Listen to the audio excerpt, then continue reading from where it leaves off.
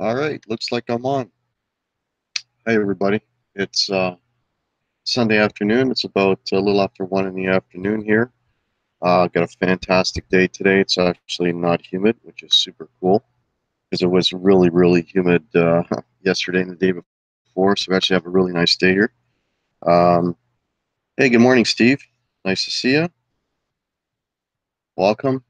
Um, yeah, so I usually do these uh, after gig hangout things, the day after I have a show, I'll come on and I'll just talk a little bit about the show and all that sort of thing. But before I get into that, I just want to make sure. Hey, there's Todd Flowers. Hey, buddy, Michael Bishop. Nice to see you. Um, Let me just ask, can everybody hear me okay? Let me know if you can hear me okay.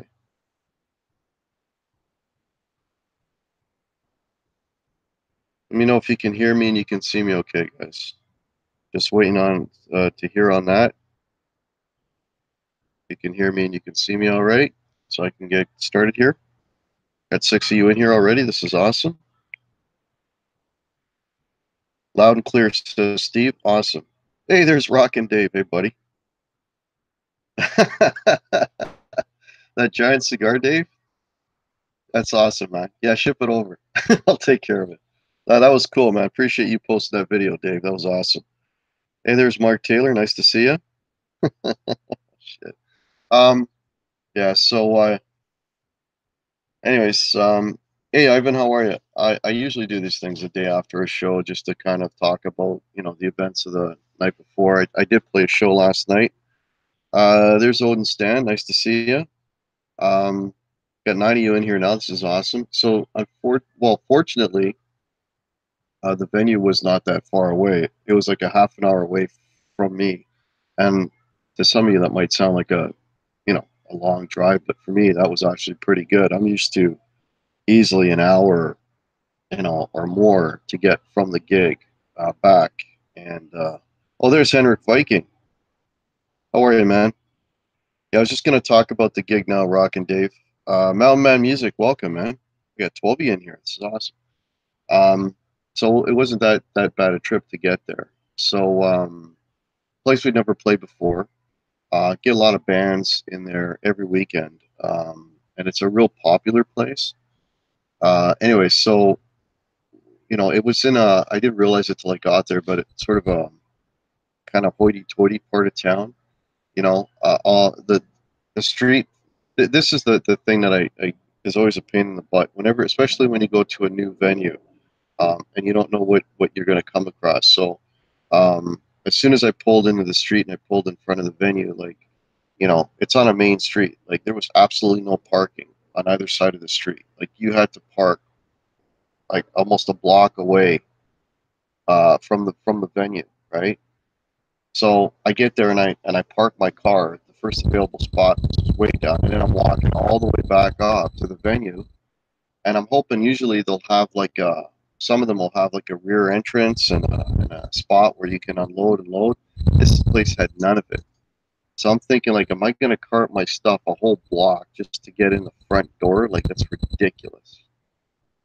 So, but basically, that's kind of what I had to do. I did manage to get the car a little bit closer, but if you've got a bar and you've got bands coming, like, and they have bands consistently every single weekend, and you have no provision for maybe save a spot or two at the front of the place so that they can bring their stuff in and out, that'd be a terrific idea. Since you don't have a back entrance, since you don't have a way to get in, you know.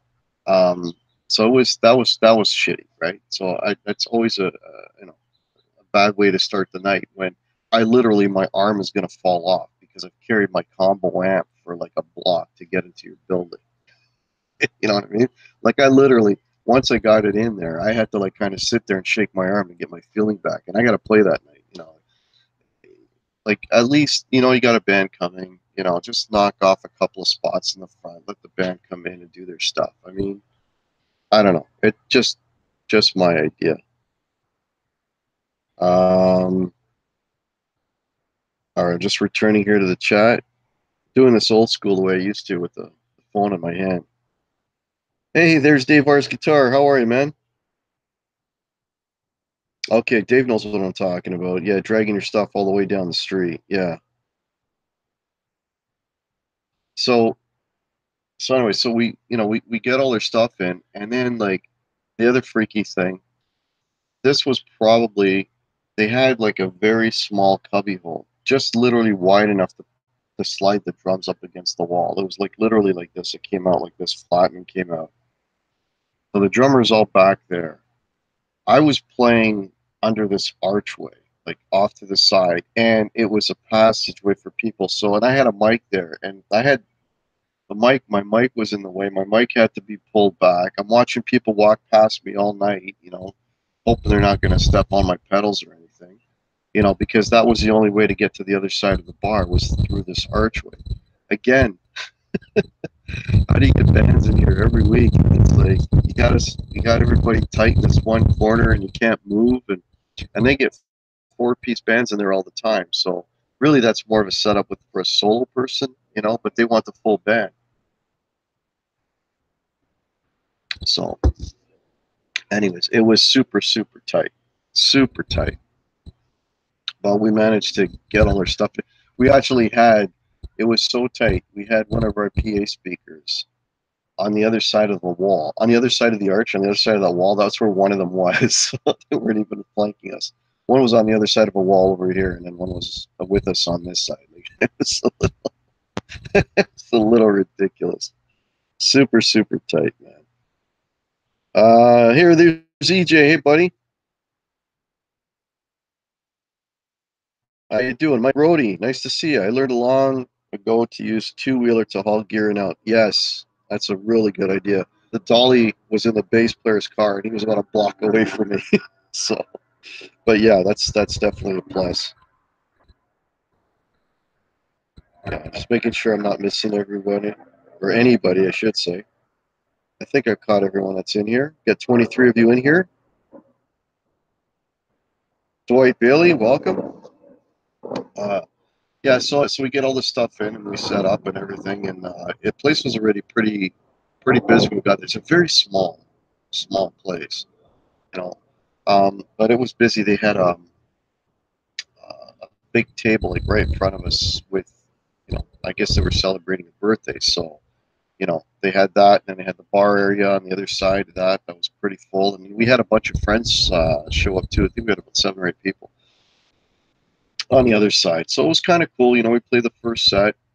It's always nice to hear applause after every song, right? There wasn't really much dancing going on, but there was applause, so that's all right. We got a couple people up there at one point, but you had applause. It seemed like it was going to be a nice night. Everything was cool. We were having a good time and so on. Um, and it was a really super hot night. And mosquitoes were out crazy last night. So we did the first set. We take a break, whatever, and then when we went up and we did the second set, at one point, the birthday party, all those people got up and they left, right? And then the place started to get really thin. And then some new people would come in, and we had more dancers. But, when I say more dancers, we might have had 2 or 3. And, it was getting lesser and less people. And by the time we were done, finished the second set, it's like they were rolling up the sidewalks. It was like the night was over. And we had one full set to do. Now, if anyone's been in this position, one of the most the worst things or depressing things you can do is to have to play an entire set of music to like 5 people at the bar, literally, right? There's about 5 or 6 people at the bar, and no applause, nothing. And you're just like looking at, all right, what's next? Like, you just want to get the hell out of there. You just want to finish your set, pack up your stuff, and go, you know. And I don't know, we haven't had nights like that a lot recently. So this was kind of a reminder of the bad part of gigging when you're playing to, I don't want to say no one, but very very few, and zero response, right?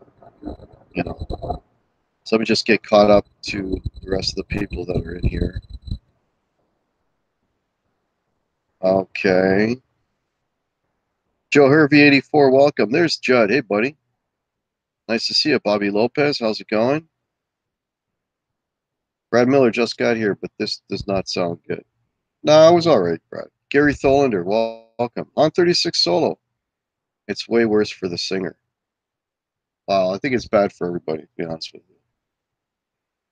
So, yeah, so, we're doing the last set to basically a pretty near empty house, right? And then usually, and then you think, well, the owners are going to be upset because the place, kind of emptied out.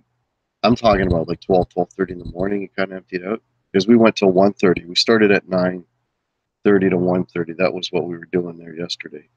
And but no, they were really good. They love the band. We're actually going back. So in September we're going to go back there again.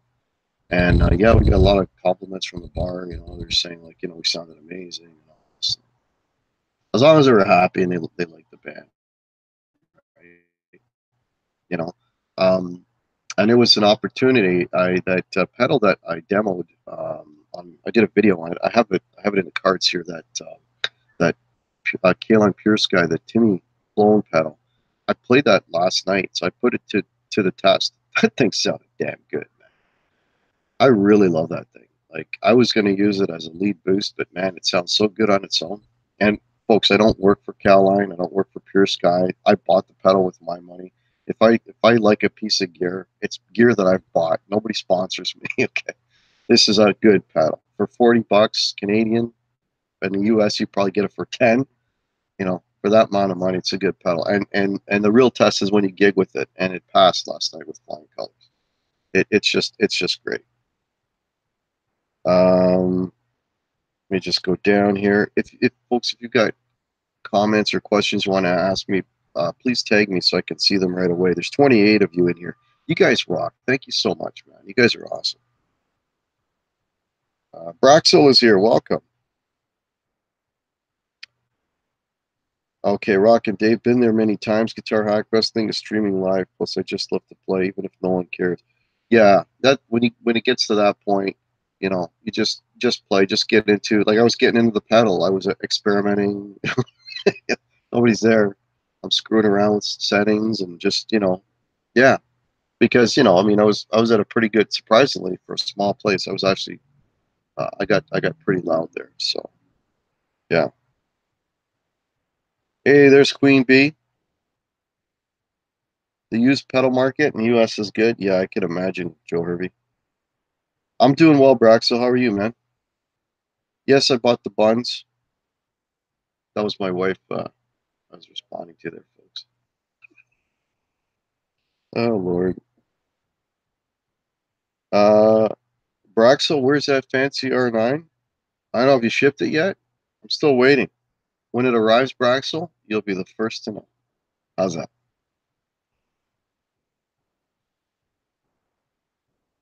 Yeah, I got those too. No, you had them, Lynn. Queen Bee, we already had those. She's giving me shopping list stuff that I was supposed to buy. Everything is taken care of. Everything is done. No worries. We're good. Um, yeah. The weird thing though, man, and this is at the end of the night. I don't know if you've experienced this. Maybe you have, Dave, or some of the other folks in here that gig. But I had this guy. This was in the third set. There was again maybe half a dozen, maybe 8 people in the bar at this point, and there was this guy that was standing like not even 3 feet in front of me, right? And he's just staring. Young guy, he's probably in his 20s, whatever. He didn't look like he was hammered or anything. He looked, he was you know, conscious. He didn't look intoxicated, but he's standing like 3 feet in front of me, right? And he's just like looking. And I'm trying not to look back because I'm like, he's not smiling. He's just kind of looking. Like I'm like, are you okay? Like, what's going on, right? So you're trying to avoid his glance, and because it's just creepy, right? So, and he did that for like 3 or 4, and then he turned around. I'm like, oh, thank God he's gone. Then he come back and he do it again. Jesus, like I don't know, and that stuff kind of freaks me out, right? It freaks me out. It make you don't want to look back at this guy. You don't know what the hell he's thinking. Is he enjoying it? Is he not enjoying it? Is he criticizing? Maybe he's a guitar player. Like, you don't know where this guy's coming from, right? But just stand there, you gotta just stare. What the fuck is that? This is weird. This is weird.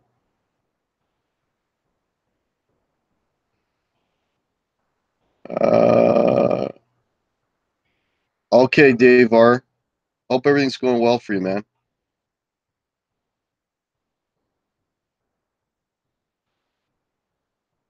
Hope everything's going well for you. All right, I'm just catching up here. Sorry, folks. Yeah, we are having a barbecue today, Bobby. How'd you know? Um, can I accept tips, Joe Hervey? You mean like at the bar? I don't see why not. I mean, it doesn't happen often.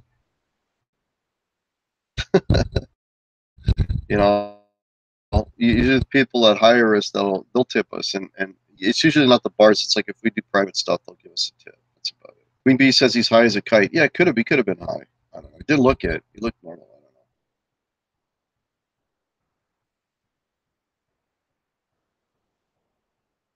I don't know. Queen Bee can sting real bad. You have no idea, Dave Byron. No idea. Hey, there's Ladybug. Welcome. Hey, Marsman.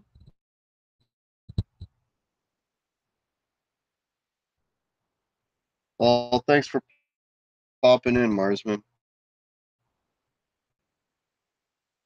He was a record producer. Yeah. I just smile and keep on playing. Lots of superstars out there, bro. That's how you handle it. Could you not move away? Maybe you should have got water cannon out. I can see that I'm freezing here once in a while. Oh, Joe Herbie, yes, when I'm playing, do I get a tip?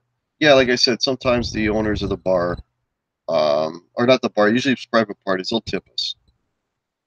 Yeah, they might tip us.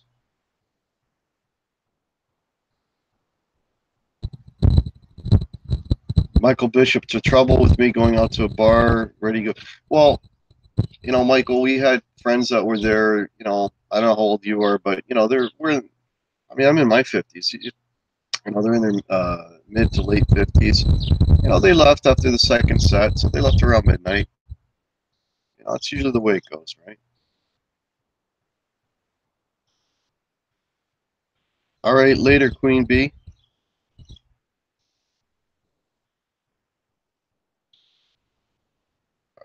So we got 33 of you in here. So yeah, if anyone's got any questions or comments they want to make, please do. I have another show coming up on next Saturday out in Kitchener. I think it's in Kitchener. That's a good hour and 10-15 away, and you know, and that's with a backup bass player. So that's going to be an interesting show for sure. But you got to do what you got to do, right? And then that week I'll be off to Nashville, and I'm taking this laptop and with me and stuff, and hopefully I'll get some good content for you folks. Joe Hervey, do I have an Ibanez? I used to have an Ibanez. I had an Ibanez for, oh man, long time. I bought it, I'm going to say 88, maybe 87, 88. I had an Ibanez Roadstar. It's like one of the first ones with a Floyd on it. And I had that guitar up until probably maybe 8 to 10 years ago. And I sold it. And that's one of the guitars that I regret selling. I mean, I've bought and sold a lot of guitars over the years, and there's some that really bother me, and that there's two of them that bother me, and that's one of the two that bother me that I should not have sold. Yeah. You know, it had the locking nut on the top. You know, full Floyd on it, the springs and all that kind of thing. That's where I learned all about Floyd and setting it up and all that kind of stuff, and just trial and error. But yeah, I wish I'd still kept that guitar. Yeah, it was a cream color. I bought the cream color because I was big into Prince, and it kind of had that sort of cloud guitar shape, but not really. But anyway. Yeah, that was a great guitar. Oh, we got 31 of you in here. Let me just get caught up here. Rennie D Guitars, sweet question. The best wah wah pedal for you? Um, I'm not sure if I'm saying your name right, Rennie D, but I always come back to the Crybaby. I don't know. It's home for me. It's just the feel of it. I don't know. I'm a creature of habit, and whenever I try other wah pedals, I keep coming back to the Crybaby. And actually, I have right now. Well, I've had it for about 2 years now. The mini Crybaby wah. Yeah, that's what I have on my board right now. So, but I know there's a lot. You know what? I know there's a lot of wahs out now that are adjustable. You can change their sweeps. You can change their there's dip switches in them and so on. I mean, I have that in the mini Crybaby. I don't really toy around with it. I just want the sort of the how would I put it, the vintage old, what I'm used to hearing the Crybaby sound like, or a wah sound like, and for me that sound has always been a Crybaby. So to answer your question, but I haven't really experimented a lot with wahs. I like them where I don't. Hey, Guitar Hack and all. I'll be posting a video of a couple of ghosts I caught on my phone during a haunted tour in Key West. Oh, cool, Dave. Let me know what you guys think. You couldn't see them with the naked eye. Wow. Yeah, man. That'd be interesting, Dave. Okay. Hey, there's Nocturnal. Hey, sweetie. How are you? How about this weather? Hey, Nocturnal. Nice and cool today. Got rid of that humidity. This weather's awesome.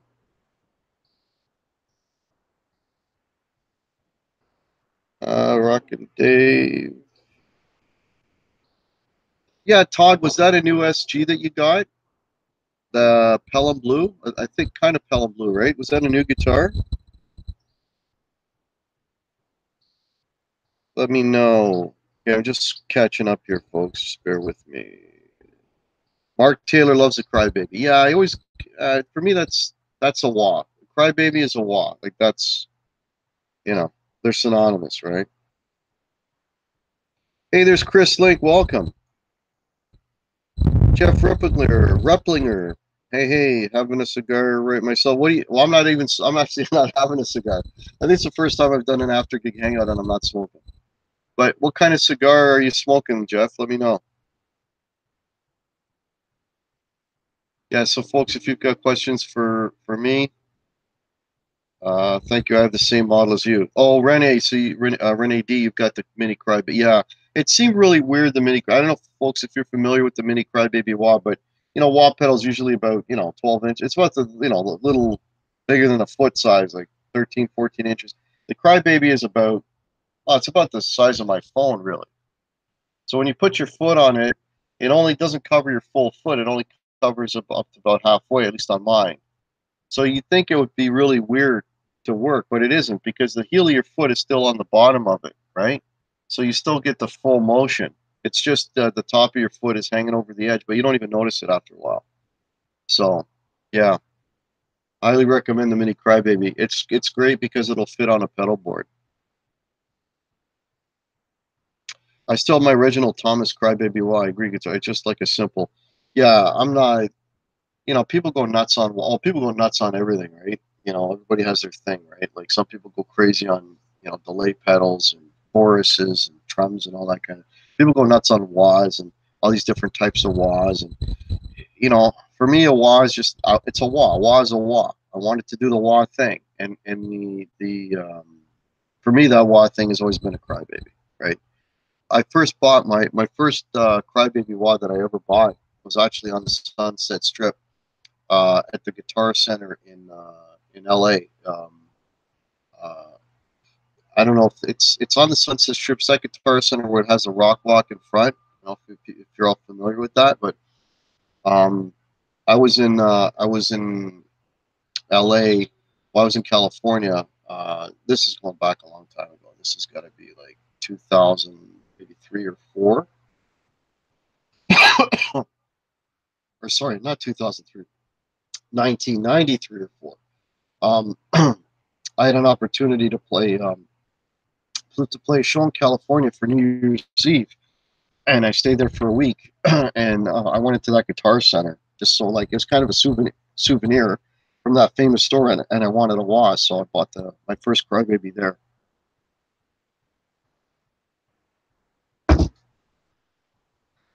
There's something on my throat there. Hey Harmony, how are you? Welcome. Oh, you got the SG on Friday, Todd. Cool, man. Did you not already have an SG, Todd? Or is that like SG number 5? The Ottawa Joe Hervey 84. I don't know.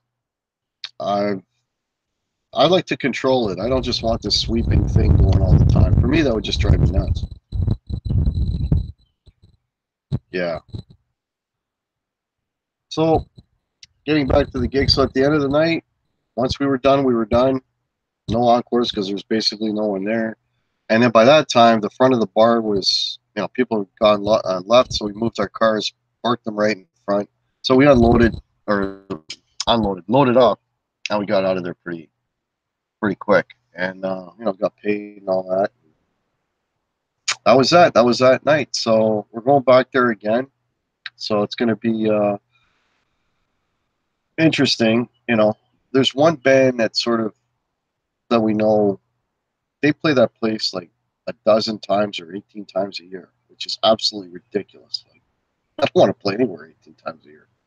And I don't know how they do it because, again, it's a real tight space, and they're a 4-piece as well.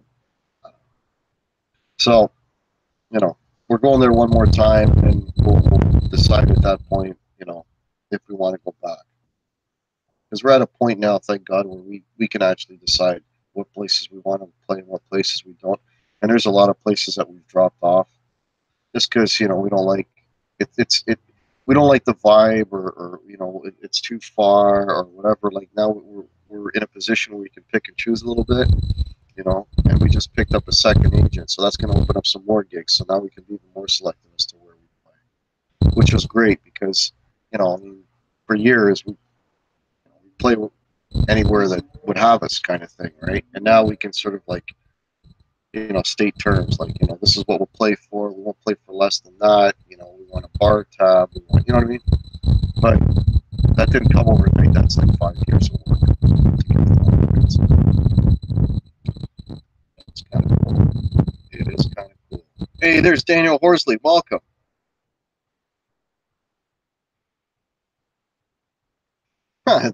This is SG number 3 for Todd Flowers. Awesome, man. Yeah, it's a Tim Hortons, Joe Hervey. It's all I drink.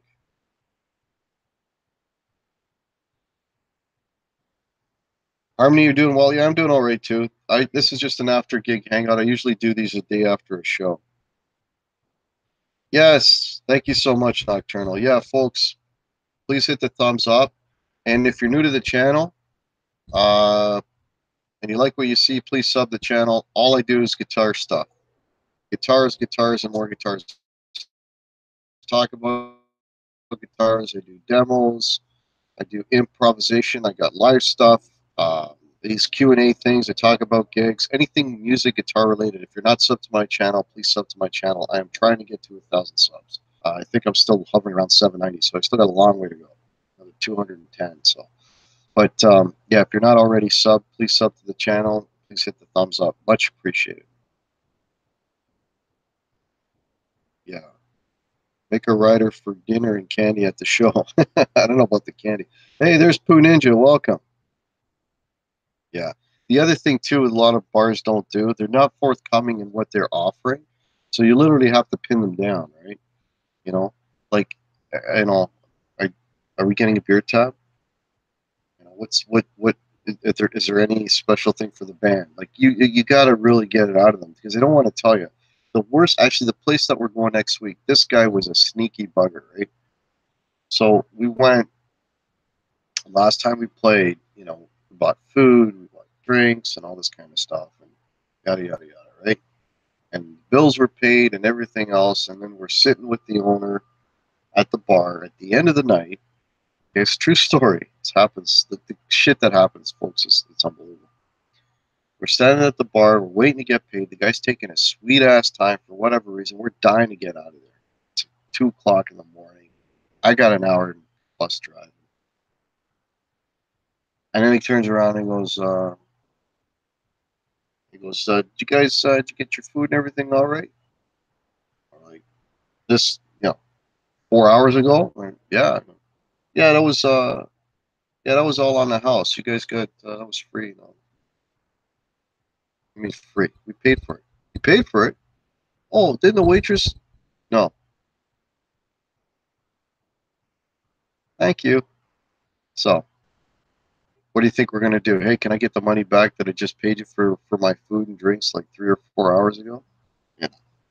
There's a lot of sneaky shit like that. So that's why now, and we're going back to the same place this week or this Saturday. First thing I'm going to say, I'll walk up to the owner and I'm going to say, listen, are we getting free food? Yeah.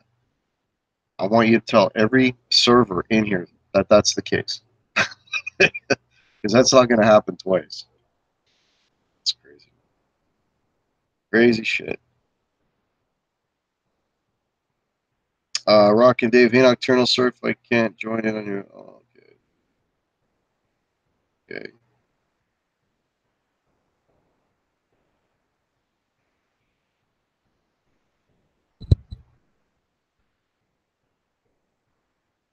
Hey there, Spencer Cron. Welcome. I hate chasing money guitar hacks. Some club owners are like that. Yeah. Yeah. I mean, like when we're done and we got all our stuff in the car and night's over, we want to go. We don't want to hang around for another 20, 30 minutes. We want to go, you know? And, it's like the guy's sitting there and he's sitting there and he's sitting there and he's like, yipping and yapping. It's like, hey, you know what? We just want to go. But you don't want to be rude to the guy, but you know what I mean? It's almost like the guy's holding it, how to put it? He's like holding it over you or something. Like, you can't leave until I pay you. Like, it's a power trip. You know, when you've done your job and you've done it well, just pay me. Let me go. You know? Yeah. It could be, it can get really stupid sometimes. Once in a while, doesn't happen a lot, but we actually get paid before we even start. But that's very, very rare. But when that happens, that's bonus because when you're done, you just go. Say goodbye to everyone and you're out the door. But that's so rare. One thing is Guitar Hack. We do have the power to not support their club if they burn us. Oh yeah, yeah. Well, we had one place. This is going back years ago. We were playing and we for an agreed sum of money, right? And it got to the end of the night, and we were supposed to go back there. I think another 1 or 2 times that year. And this was back in the days when we were starting up and we really needed gigs. Like, we weren't in a position of, to choose much at that point. Kind of had to take what we can get, right? Because this is what wasn't one of the, like, to begin with, wasn't one of the better places to play. So, but so we played the show, and we got there early. We always support the place we play. We buy food. Like, I basically play for nothing. At the end of the night, I got $20 in my pocket, right? Because I bought food and drinks and all that kind of. Anyway, so we went there. We did all that. We bought food, we had dinner, did the show, and then the lady at the end of the night goes, "Oh," she starts complaining about the customers she had that night. "Oh, I had those 3 ladies sitting there. All they drank was water all night. I had these people there." Like, she's telling us her woes because of the clientele she had that night. She's going on and on about it. We're like, what's that got to do with us, right? So then, well, because I had a bad night, I'm going to pay you half. What? So she wanted to pay us half of what she owed us. And then she turns around and says, I'm going to pay you half, and then you can come back. But if you want me to pay you everything, then the next shows you have with me are canceled. So she's trying to hold it over us, right? It's like we basically played for you today for nothing, and then we're going to come back and play another 2 times, and if you have 2 more bad nights, we're also going to play for you for nothing. So you know what? And without consultation or whatever between the 4 of us, we all said flat out, here's what's going to happen. You're going to pay us what you owe us for tonight, what was agreed upon, and we're not coming back. And keep in mind, this was at a time when we could barely get gigs. But we stood as a unit, right? And we didn't even talk about it. It's like, fine. Pay us what you owe us. And lo and behold, I don't think not even a year after that, the place closed down. Because what happened is word got out about her not paying her bands, and nobody wanted to play there anymore. And she couldn't get a band in there. So going back to what you were saying, Dave, what goes around comes around.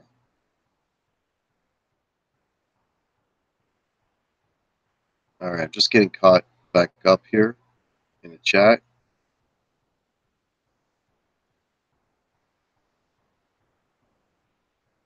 Always carry a cricket bat, but don't wave it around. Just have it ready.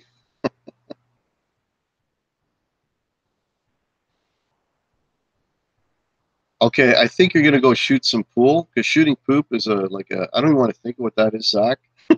But have a good day, buddy. Rock and Dave, Tarpon Lodge pays me up front all the time. They're great people to play for. They appreciate the musicians. Very rare. Yes, that is very rare.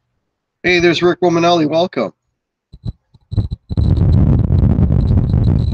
Gary Thillinder, my last band, we used to track down whoever was going to pay us before the last set. Seemed to work out pretty good. Yeah.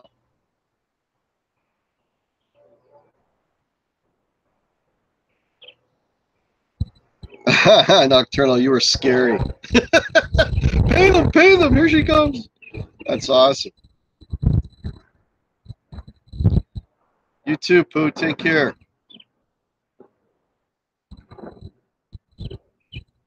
Power plays guitar hack. If you draw a crowd, you have the power. You rock. I appreciate that. Appreciate that, Dave. Yeah, there are a lot of sleazy bar owners, man. Hey, there's a rock and roll guitar lounge. Welcome. Blues guitarist Albert King used to pack a gun and made sure he got paid. Yeah, well, we haven't had to do that yet. But yeah, you never know. All right. Well, I've been going on here. 45. I'll stay another 10 minutes or so. Let me do my speech. I always do the speech every time I'm on there. So, folks, we got a fantastic community here. There's 38 of you people on this Sunday. Sorry, here's a clued out I am. Sunday afternoon. And, I go live and I get 38 of you in here. Just come in and shoot the shit. You guys are amazing. Make this so much fun for me. Which just goes to show how great a community we have. So, folks, let's all support each other. Let's keep this growing. Let's keep it positive. A lot of the folks in the chat here have content. Let's sub their channels. Let's grow this thing, and let's keep it positive. Let's keep the garbage outside. So, you guys rock. Hey, there's Paul Lou. Hey, I hope you had a great gig. Yeah, I was just going through all the details about the show yesterday. So it was all right. No, I got no complaints. My issue, Joe Hervey, if someone is drunk, spills, or falls, yeah, that happens all the time. Didn't happen last night, though, Joe Hervey, but it's happened a lot. People will spill drinks. I I've had stuff spilled on my board. I've had stuff spilled on my guitar. Not my amp, I don't think. No, I don't think, because the amp's too far back. But anything that's up front, like the pedals of the guitar or even me, I'll have stuff spilled on me. Spencer Cron, how'd the new pedal work out live? So I was saying earlier, that pedal was on the board, and I used it a lot last night, and I thought it sounded really, really good. So here's what I was using it for. I was using it as a very slight boost.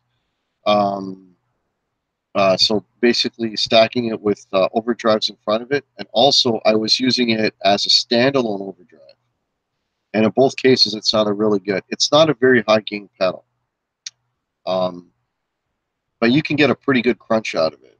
So, and for that reason, it works quite well as a 30 lead boost, which I was using it for that. I was saying earlier by stacking it, or even on its own. But on its own, if you're using it on its own, you don't want it for high gain. What I'll tell you, I used that pedal when I played Jesse's Grill, and it's funny when I use that.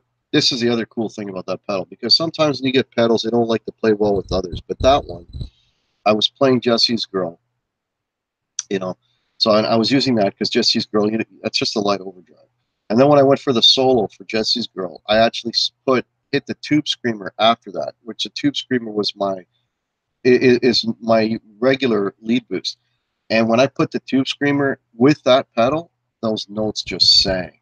I mean, it's great. It's great for the money. It's great. I can't say anything bad about that pedal. So Spencer Crott, and again, I was saying earlier, I don't work for Kailyn. I don't work for Pure Sky. I don't work for anybody. I'm not sponsored, whatever. So I'm giving you my opinion. Whether you go out and you buy it or not, doesn't benefit me in any way. So it just worked for me. I thought it was really good. You should, if you haven't seen my demo, check out my demo.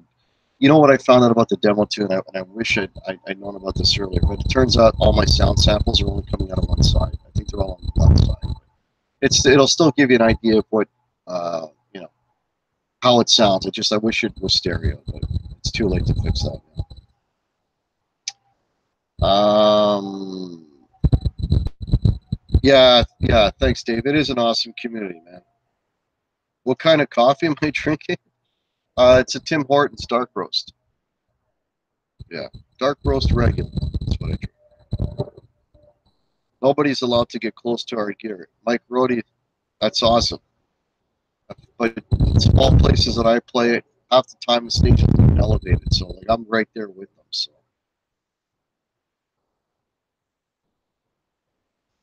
best part about metal, use a gain channel. Yeah. If you, I mean, if you're playing one tone all night long, then you don't need any pedals, right? You can use the gain off the amp, and a boost is really all you need. But man, I'm cycling through 100 different tones a night, so I need everything. Rick, I like the Pure Sky a lot, not as really. You know why, Rick? Because you play single coils. That's probably why. Try it with the humbucker. Rick, try the Pure Sky with the humbucker. It'll sound fatter. It'll sound. I think I know what you're saying. It has a tendency to be thin, and it will be thin if you use with single coils. But try your Pure Sky with a humbucker guitar, and I think you'll like it. Yeah, I think it sounds pretty good, Zach.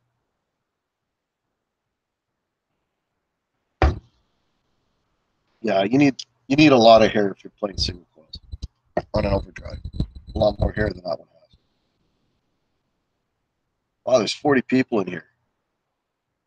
You guys rock. Always played great places. Oh, you played with the Panteras. I used to play all those places too, Bobby. Back in the early 90s, I used to play every weekend. I used to play Ontario Place, Portugal Day at Ontario Place. I used to play at the Chin Picnic. I used to play at, where else? Yeah, all the clubs. Every weekend I used to play, Bobby. Every weekend, buddy. Top Flowers, try California Heavy Metal, 1795. One of the best pedals I own. Not metal, just get boost gain. There you go. Under 80 bucks. There you go. Bobby, the band was called Latin Heart. The drummer was from a band called the Immigrants, Os Imigrantes. My wife was the singer, and I was the guitar player, obviously.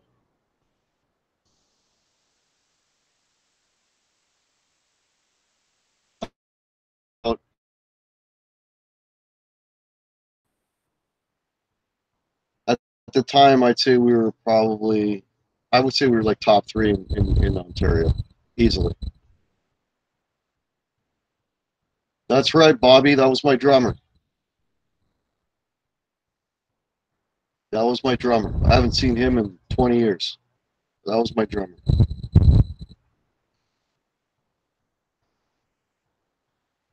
Small world, eh, Bobby? Heck, I said I'm on in 5 minutes or so. I had my guitar and I cannot bring my drink in. Okay. Tell him all. I don't want to use my real name, but he'll know who I am.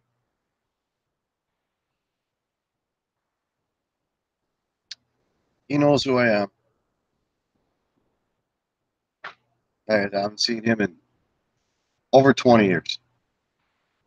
I don't know if he's still doing it. Small world, man.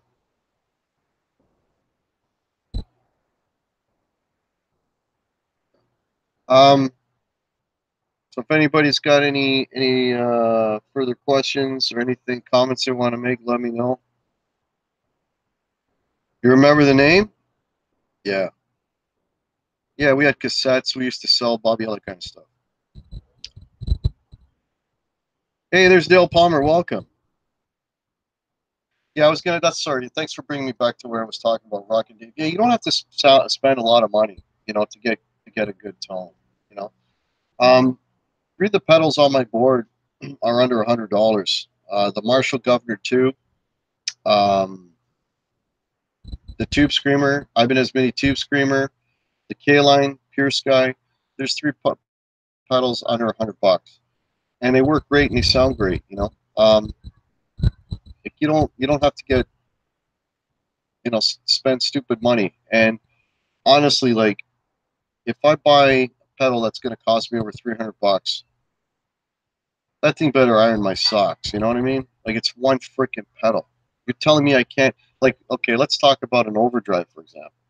I can't get an overdrive as good as that overdrive. What makes that overdrive $300?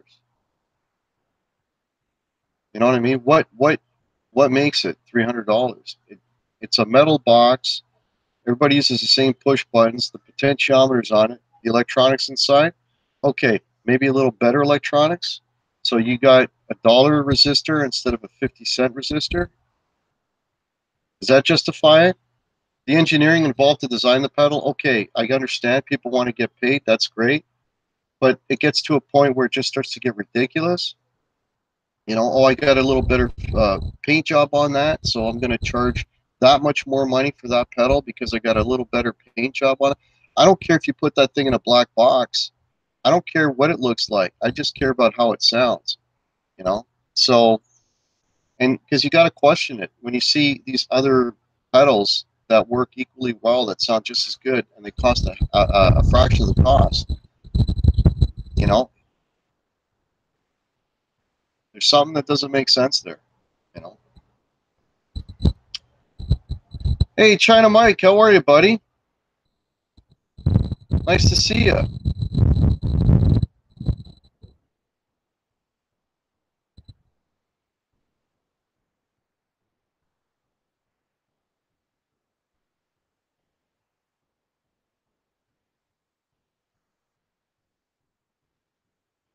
Yeah, too much snobbery. Yeah, China Mike, I don't know. I don't want to sound too mean or whatever, but you know, this we're talking about effects pedals and just trying to justify the cost of some of these effects pedals. You know, I understand you got to pay for the R&D to develop it, but at the end of the day, the R&D, everything is either a clone or a tube screamer clone, you know, or a you know, or Marshall in a box. I mean, you're talking about slight variations, you know, in you know, in values of resistances, you know, whatever the parts are on the PC board. Like you're talking, you basically have the framework already to begin with. You know? So do you have this? Is engineering really going to be, because it's already kind of mostly done for you, and then the parts themselves, they don't really cost that much, you know. And once you basically get it going and you're mass producing these things, I don't know. I don't want to beat up too much. Here I am. I'm basically shooting myself on the foot, folks, because you know no pedal companies are going to want to talk to me now. But you know, I don't get it. When I can buy something equivalent that works just as well for like a fraction of the cost, tell me why this one costs so much more. That's just me. You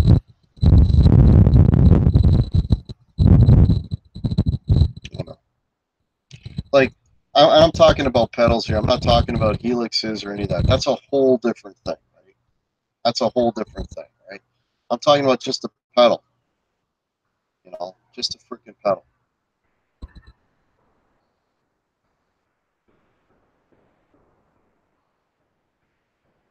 Yeah, China Guitar. There is a lot of pedal companies. Yeah, there's too many pedal companies, and there's too many pedals. There's too many pedals. You know, there's too many pedals doing the same thing, and everybody's a clone of everybody else, right?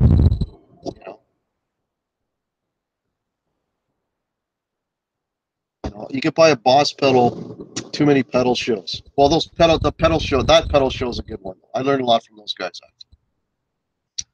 But you know, you could buy a. Let's talk about overdrives because everybody and their nephew makes an overdrive pedal. You can buy a Boss overdrive for $100. I'm talking Canadian prices.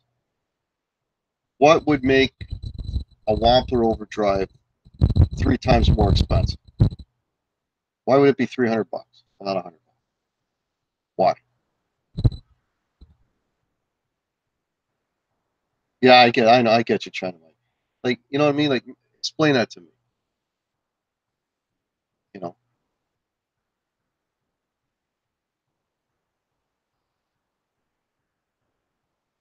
Well, the pedal reviews, Dale Palmer. I I do pedal reviews, but the pedal reviews that I do, and the only ones I'll watch are ones that are done by people who bought the pedals with their own money, not you know, ones done at a store or ones done by you know, people that are sponsored by that company, because you know they're not going to tell you it's crap. They're going to say it's the greatest thing since sliced bread. I don't want to hear that. I want to hear, you know, I want to hear the truth about the pedal, what its strong points are, what its weak points are, you know. And I want to hear sound samples. And I want to hear sound samples with decent sound from people that can play, you know. Um, and I want to hear the pedal, you know, without a lot of extra effects on it. Like, I want to hear the pedal sort of just the pedal, maybe touch of reverb and nothing else, right? You know, that kind of gives me an idea of what that pedal will sound like. You know, and I know if I'm watching in, you know, like a smaller channel of somebody who's bought that pedal, it doesn't work for that company, it's not sponsored by the company, and if they say they like the pedal, then I know it's legitimate that they like that pedal, right? But 9 times out of 10, it's going to be, you know, and I'm not beating up on Andertons, right? Because I watch Andertons too, you know. It'll be one of these bigger channels, and you know they can't say anything bad about the pedal. They just can't, right? And they're going to make it sound amazing. Well, I want to hear a guy in his house playing that thing, you know.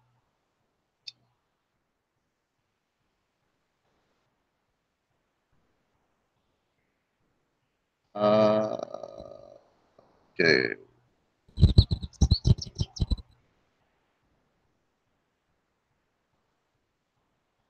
Yeah, yeah. China Guitar does a great job with the Chipsons. Agreed. Agreed.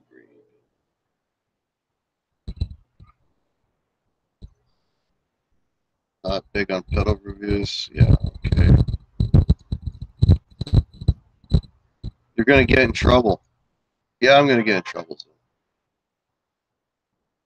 They load up the price in front in case they don't sell enough, and then once they establish the top flight price, it must be hard to discount. Once they, yeah, I can see them front loading the price higher because, you know, they got to establish the rollout. But once the rollout is established and you know they're just mass producing them, then it can start dropping the price. But you know what? If people are willing to pay that amount to start with, why would you drop the price?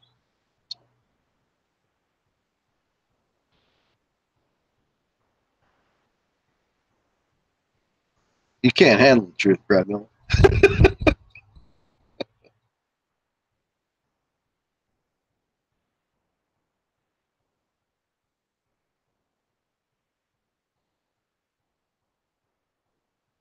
Yeah.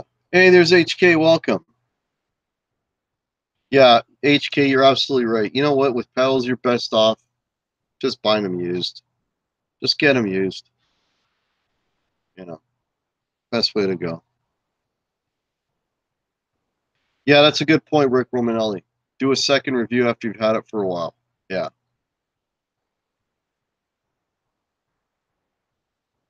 Rock Roll Guitar Lounge. You're right. I would only spend a ton on a pedal if it was going to give me a special finger speed ability or something like that. Yeah, $99 Boss. Yeah. Jimmy Biter, welcome. They cost that much because people are willing to pay those prices. Yes, I agree. Cost of manufacturing, the size of the company.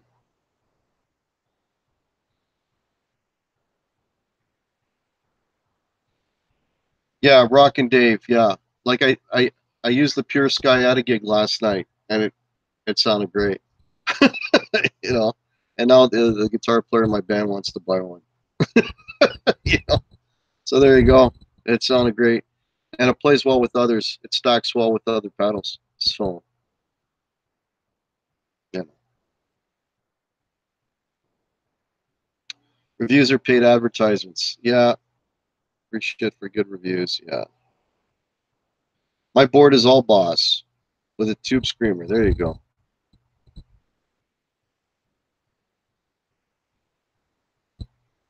Ask your drummer if he likes the sound after a song.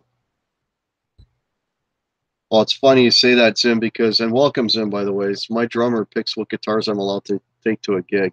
You know, I mean, everybody goes on about, you know, like, I mean, obviously I'm a big Gibson fan, but if I bring a guitar that doesn't say Gibson on the headstock at to a gig, my drummer starts to bitch immediately. So it ain't just me with Gibson.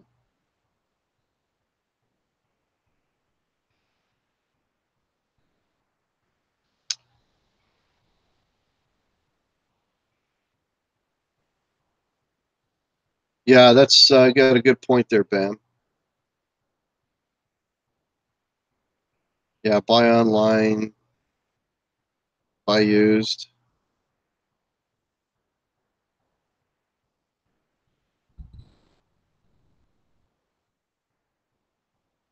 Yeah, Todd Flowers. Yeah, that's why Shane is the man.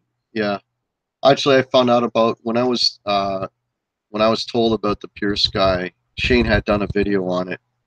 Him and Dr. Beck played it. It sounded great. You know, there's certain things that I look for in the sound of a dirt pedal. There's things I like and there's things I don't like. And again, it's a very individual thing. And when I hear the characteristics that I like, I generally know that that pedal, you know, is will work for me, right? And then I know if I'm watching Shane, you know, and he's saying good things about the pedal, it's because he honestly likes the pedal. So I think that's the difference.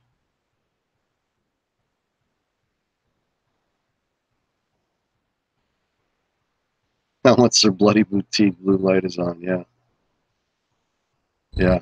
Well, there's 43 of you in here. I didn't expect to go this long. I'm over an hour here.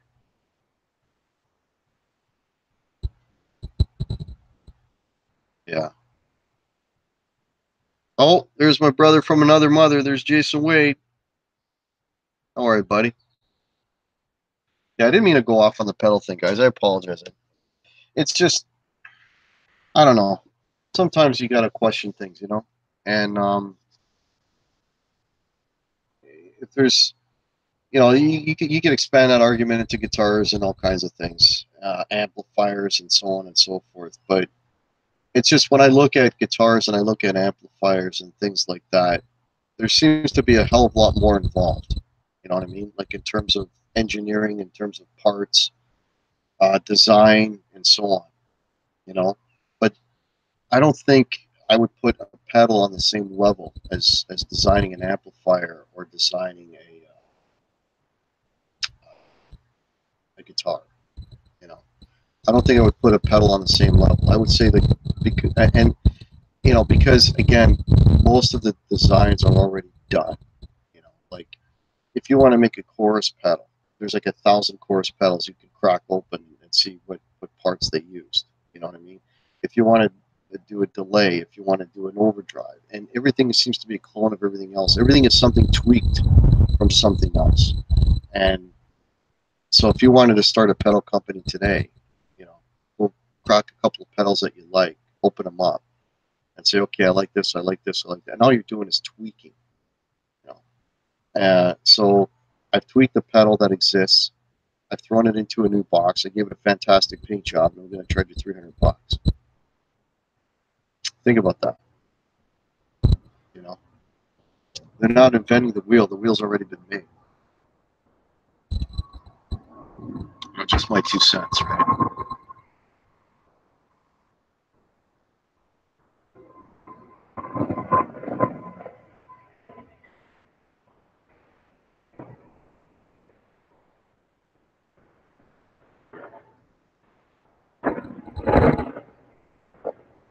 Yeah, that's true, Bam. When you do a demo of a pedal, um, everybody's going to have a different guitar and a different amp and everything else. So it's obviously not going to mimic what it would sound like in your setup, right?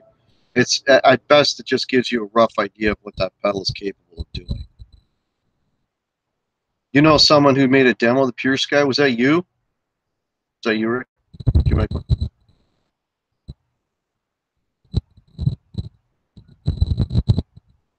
I have one pedal and I did one demo on it, so there.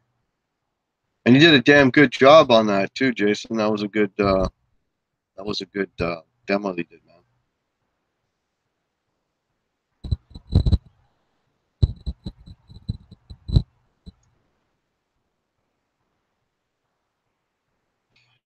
Amplifiers are just preamp and power amp sections. They all yeah, but what about? I get what you're saying, brawl bar, but also the speaker and how the speaker relates to the electronics. So you've got that element to it as well.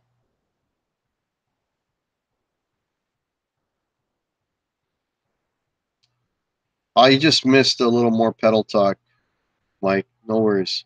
Gotta get you back on, China, Mike. Let me know. Let me know what your schedule's like. Maybe after Namm, if you're available. Maybe I'll get you back on. I haven't chatted in a while. I think I can't remember last time we talked.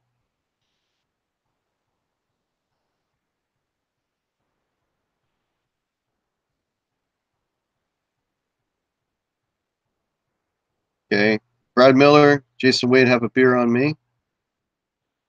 Thank you so much, buddy. Appreciate that. I didn't see that, Rick. I'm gonna check out your video. I didn't know you did a video on the Here Sky.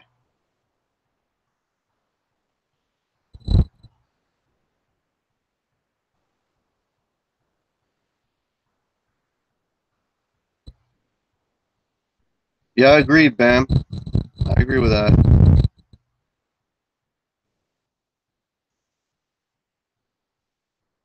Yeah, thank you so much. Thanks for saying. Yeah, thanks so much, everybody, for the support. You got 44 people in here, man. This is crazy. Yeah, we'll do it after Namm. I think. Yeah, after Namm. Oh, you know what? I don't know now. China Mike, with all the rule changes that they're doing with Google Hangouts, we're gonna have to rethink how I can do these interview shows now. That's gonna be a tricky thing, but hopefully we'll get that figured out. But that's another, man. To keep throwing barriers, up. This whole Google YouTube thing. I mean, I was saying this earlier. I've only been doing, this is like a year now that I've been doing it steady, regular shows and that, and it's like, every time you think you're getting ahead, they'll throw another barrier in front of you, and now this thing that they're doing now, like, taking away the live thing, or at least not, maybe not necessarily taking away, but making us have to rethink it and do it in another manner. It's just, you're just introducing another roadblock, another learning curve, whatever you want to call it, right? And like if YouTube turns into a thing where like it becomes impossible to do live stuff, then I think I'm going to shut my channel down, because this is the whole, for me, this is what it's all about. I like shooting videos and stuff too, but it's the interaction. So that keeps me going, and yeah, they're, you know, but like hopefully we'll find a workaround, because I like having people on and talking and all that sort of thing, and the interaction and the communication. Because really, that's what this is all about. Yeah, OCDHK. Yeah, OCD has 7 versions, and they have clones of OCD. So that's kind of where it was going.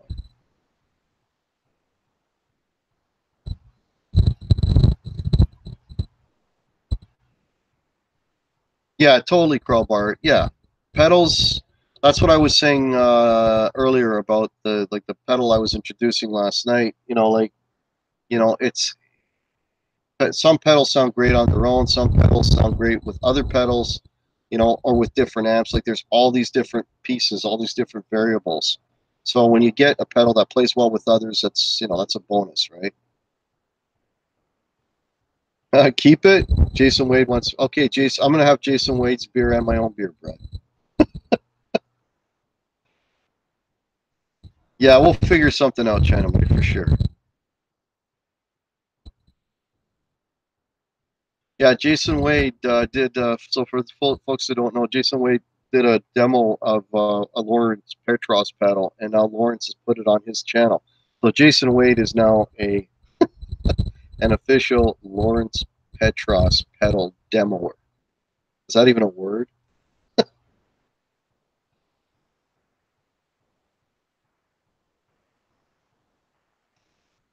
Crowbar, live shows don't make advertising money as much as short topical videos. That's why they're tightening the noose. That's interesting, yeah.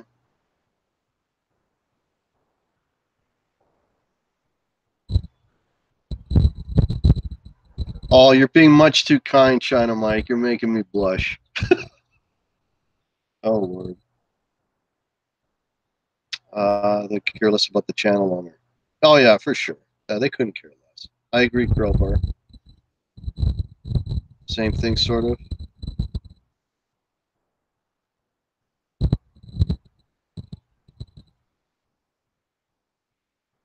Yeah, taking general principles and tweaking them. Yeah, I just think there's more variables in an amp than there is in a pedal, right? I think there's more variables, because you're dealing with a speaker and you're dealing with multiple gain stages. So I have a little more consideration for a guy making an amp than a guy making basically a PC board, you know?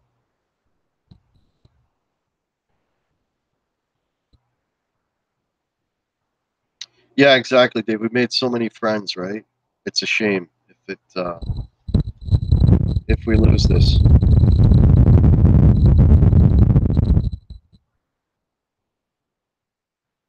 Oh, that's terrible, Ladybug.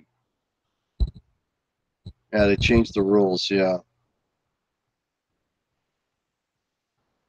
you lose subs every time you go do a live show, China Mike. It's funny, China Mike. I gain and lose subs daily, whether I'm live or not. So I don't know if that's strictly a live thing.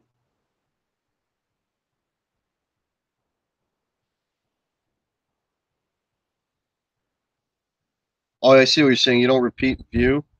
Okay, on live stuff. Joe Hervey on my live with Ben later, as far as I know. Yeah, I might be a little late though, but I should be in there. Hey, Music Therapy Laz, welcome.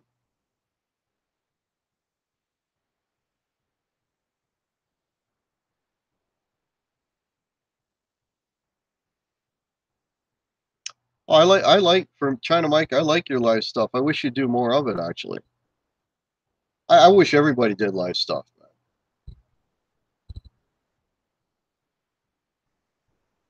All right. Okay, we got 44 people in here. So, yeah, I've been going on for over an hour here. So, folks, if you've got any comments, last minute comments or questions. Oh, there's Simon Williams. Hey, buddy. Appreciate it, Simon. Thank you so much. It always hurts your channel Mike. Wow. I can't. I don't know why that would be. That doesn't. I don't get that. Doesn't make any sense to me, Mike.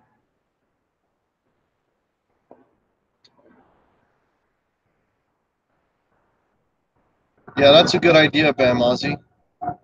Have a YouTube dedicated to that. Yeah. Oh, no worries, Music Therapy Lives. Charles Green, if I haven't said hello, hello.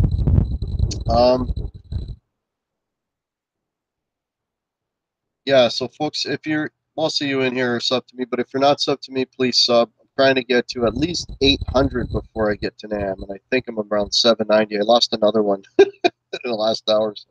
But anyways, I laugh. I just think it's hilarious. I think everything's hilarious. Anyway, so yeah, if you're not sub to the channel, please sub. Help me get to 800. At least I'll have 800 when I get to Namm. Thumbs up, please. If you're interested in some Guitar Hack merch, I've got my original shirt design. I've got new shirt designs thanks to Nocturnal Butterfly. They're in a Teespring store. The links are below. I also have a PayPal. Just trying to raise some money for Namm and just stuff that I need to keep the channel going and hopefully do a better job of it. And that link is below as well. Yeah, so I want to thank everybody so much for popping in. You guys absolutely rock.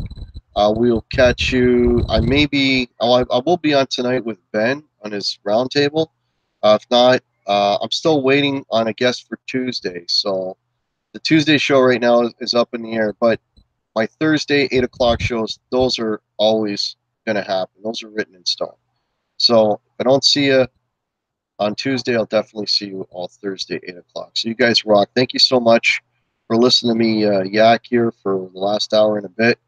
And yeah, have a great rest of your weekend and have a fantastic week. And we'll catch y'all later. Cheers.